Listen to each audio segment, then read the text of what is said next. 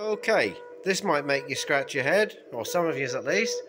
I'm monitoring in VK5 here. I'm running a 10 watt beacon.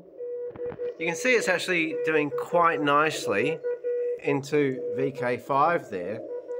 Now, this will really blow your mind, so, well, maybe. Alright, I'm just going to jump over. This is the HAP chart, or HAP chart, that predicts, what part of the spectrum you'd need for certain trips. So, I'm in the dark green there, and the destination station is somewhere between the light green and the blue. So as you can see here, that would suggest that I'd probably want to be 10 megahertz or over, around about 10 megahertz for that trip. But I'm currently on 7 megahertz roughly. The NVIS ionospheric map shows my area to be in that dark blue, which I think is maybe 9 megahertz there. So that just gives you an idea of the conditions. Okay, oops, wrong one. So we've got that into VK5. Now, this is my load, right? But it's complicated. Here we go. So there's the IC705, and she's on 10 watts. Okay. Now, so the IC705 is coming out to my bias T / DC supply. This is where I can adjust the amount of DC going along the output coax to control a motor, and it lifts the DC from the radio side. Okay. Now the output, the DC / RF, then comes along to my remote operated magnetic tuning system that has a very unique configuration, and that's its motor that turns the magnet to tune it. So I'm now tuning into a trifilar coil arrangement. So I'll give this a brief explanation. Right? If you're familiar with a Tesla bifilar pancake coil, where you normally have 2 parallel windings going from the middle out, how you would normally connect is, let's say, imagine it was just a black and a red wire spiraling out together. So we could connect in on the black center, and let's say spiral all the way outwards, and then you would jump it back to connect to the red center, which then spirals the same way outwards again. Okay. Now, this being a trifilar, it has a green one in between those two. Now, so let's go back to the black. Imagine this is the black where we come in, but it's just floating. It spirals all the way out and then connects back to the red that spirals all the way out. At that point where it connects back to the red is where I'm tapping in, the halfway point. But also, there's a green one in between the two. I'm tapping to the green one from the far end of one, the outer end, but not at the inner end. And if I touch that, I get a burn. Ouch, I can smell my skin. Burning skin, nasty. Now, one way to look at that is, if you imagine of course this is rapidly changing transients, but at a given moment in time, let's say we have a positive current that tries to spiral from the center on the red one this way outwards, at the same time as from this end in the other direction inwards. Now, when you have like charges traveling in opposite directions, they conflict in the magnetic field, but it's dynamic.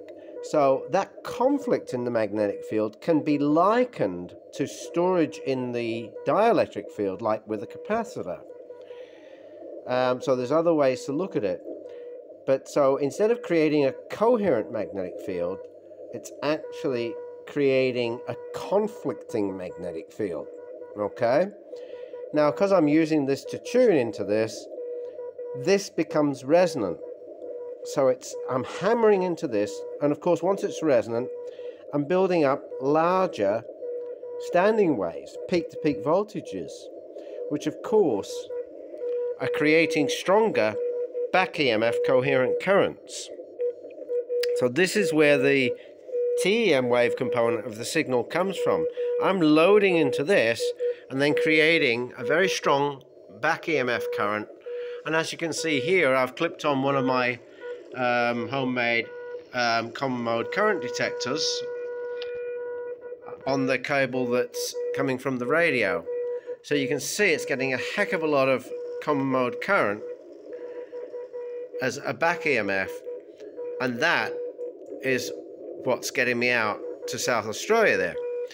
Now, of course, the radio, well, it's not connected to any other antennas, but it is connected to the power supply, and in turn the mains power grid Earth. So I'll look at this with a couple of different meters, but first of all I'll grab my trusty 50 microamp passive meter, which has LEDs across it, as you can see. So as it gets more current, or it will light the LEDs. Okay, so that, as you can see, is just a lamp, but that's connected to the DC. So it's connected to the household mains. Now looking at the system itself down here where I'm loading into, and of course the coax where the back EMF is travelling along.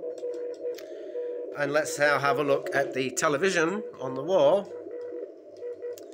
And let's see, what about the soldering iron? It's not even plugged in, but this whole bench area. And what about the gas heater? A little bit there. So you get the idea. I'm just driving the household mains and everything in this room. The currents are just flying off.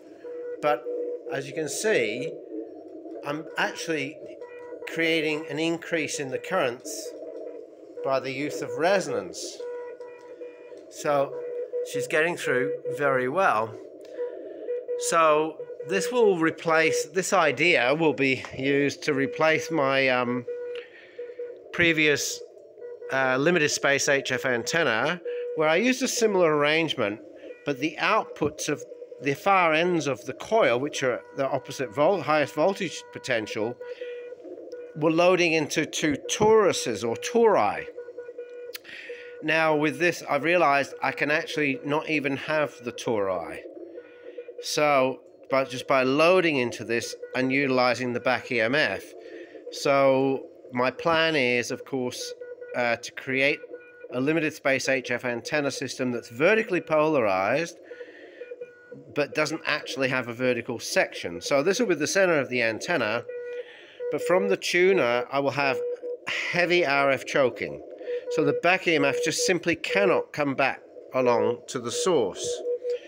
But on the hot side, I will have my unique radial system that I devised, and they will go out in the different directions from the center point.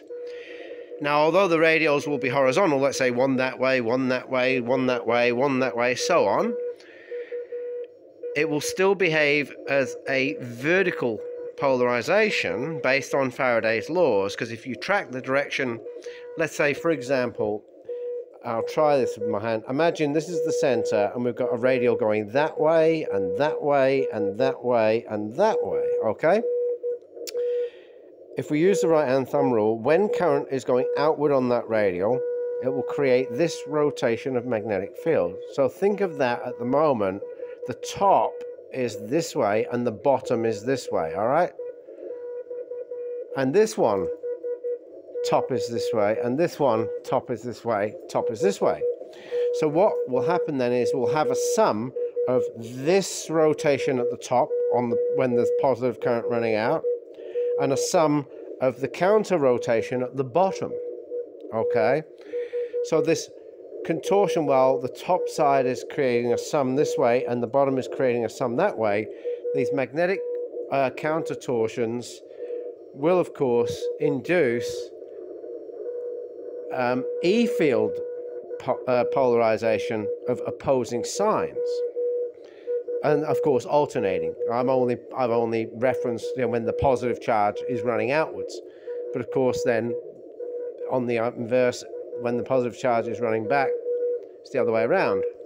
I think my camera just jammed there. So it will act as a vertical.